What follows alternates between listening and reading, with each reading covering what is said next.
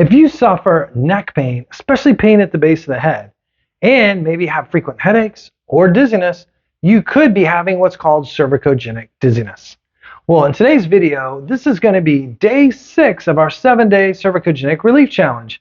Today's episode, we're going to tackle the cervical extensor muscles. We're going to talk about why they're important. We're going to give you 3 great exercises to strengthen them, and we're going to do it right now. Well, welcome back to another episode of Physio Tips with Mauro. I'm your host, Mauro Burnett. For those of you that don't know me, I'm a board-certified orthopedic specialist in physical therapy and the owner of Australian Physiotherapy Specialists, located here in Jacksonville, Florida. For today's episode, we're going to tackle day 6 of our 7-day Cervicogenic Relief Challenge. We're going to look at a very important muscle group in the back of the neck called the cervical extensor muscles. Now, why are these muscles important? Great question. One important thing that they do is they help hold your head up into a nice posture.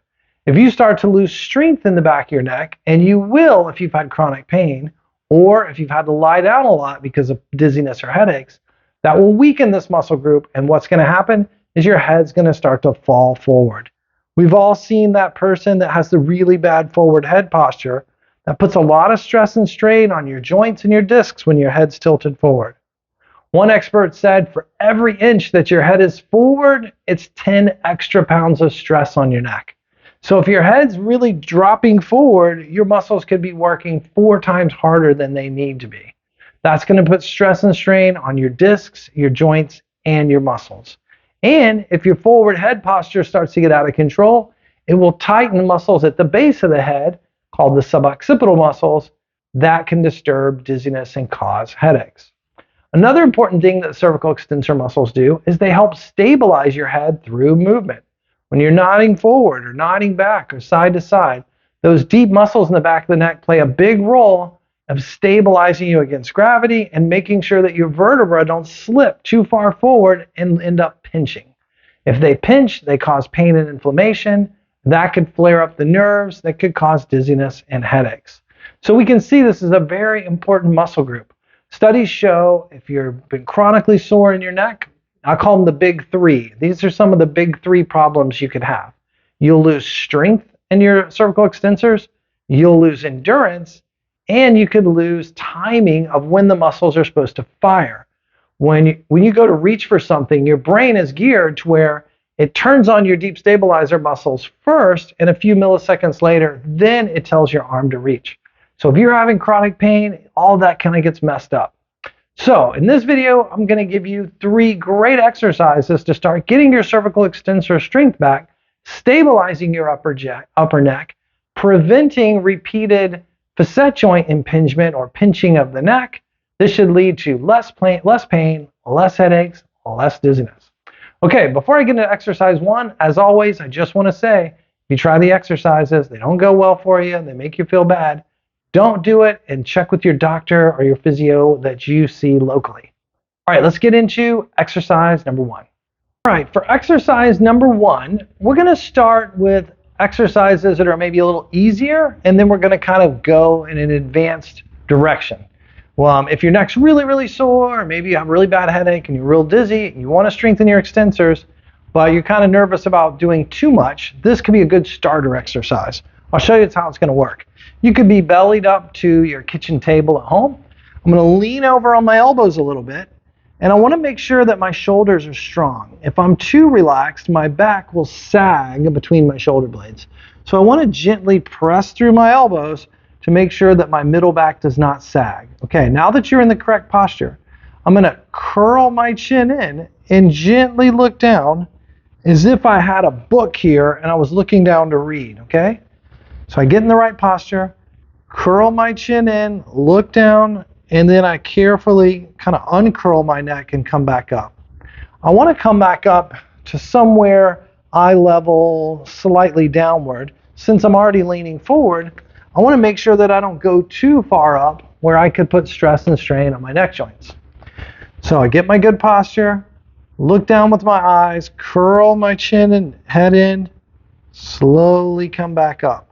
If everything goes well, let's do a set of 10 of this. This is number 2. Back, we're going to go all the way to 10. If you're at home, you could do this with me. 3. Right, come in. 4. Make sure it's pain-free. Make sure it's dizzy-free.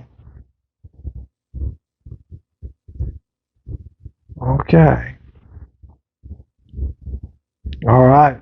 Got a couple more. And then our last one. Great.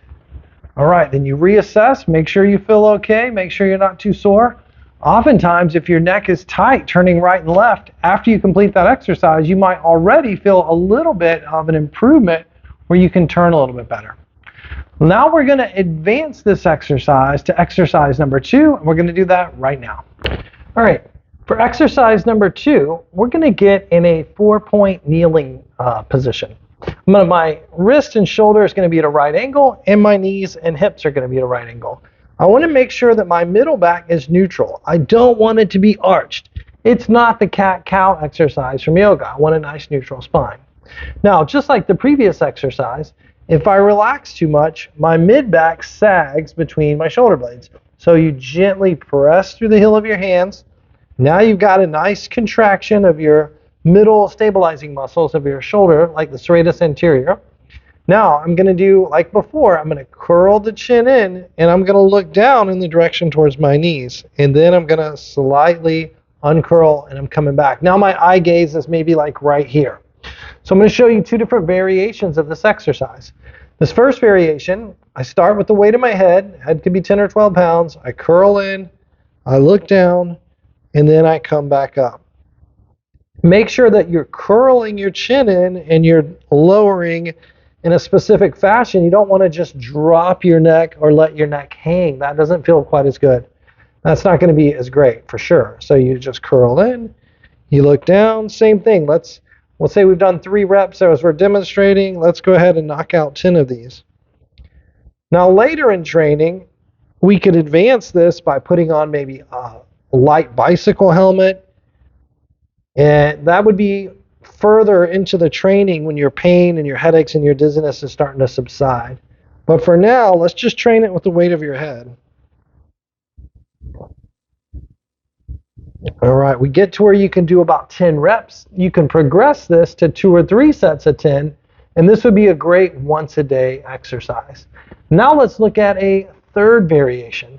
A third variation, the first variation we would say is maybe really specific for the lower cervical extensors of the muscles in the back of the neck. Now for the upper cervical extensors, suboccipital muscles, we can do a second variation. Start neutral, and now I'm going to bring my head up like I'm slightly looking upward, and then I come back down. If this is painful, causes you to feel dizzy or headachy, skip it and go back to the first version.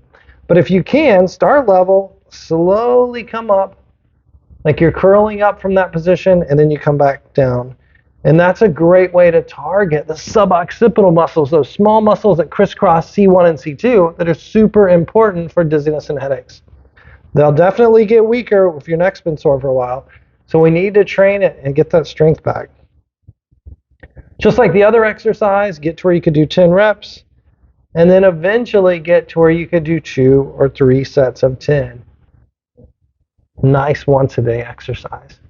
All right, there you go. 3 awesome exercises to start working on those cervical extensors. Great work, everyone. Thanks for tuning in today's video on strengthening your cervical extensors. Remember, they'll give you better posture, keep you out of that forward head position, protect your joints, and ultimately decrease your headaches and your dizziness. Don't forget to tune in next week for our completion of the whole series. Video number 7 was going to be awesome. We're going to put it all together for you on the next video. Remember, if you haven't subscribed to the channel, take a minute, do it right now. That way you never miss a new episode. Well, thanks for watching. It's goodbye for now, and we'll see you next time on Physio Tips Tomorrow.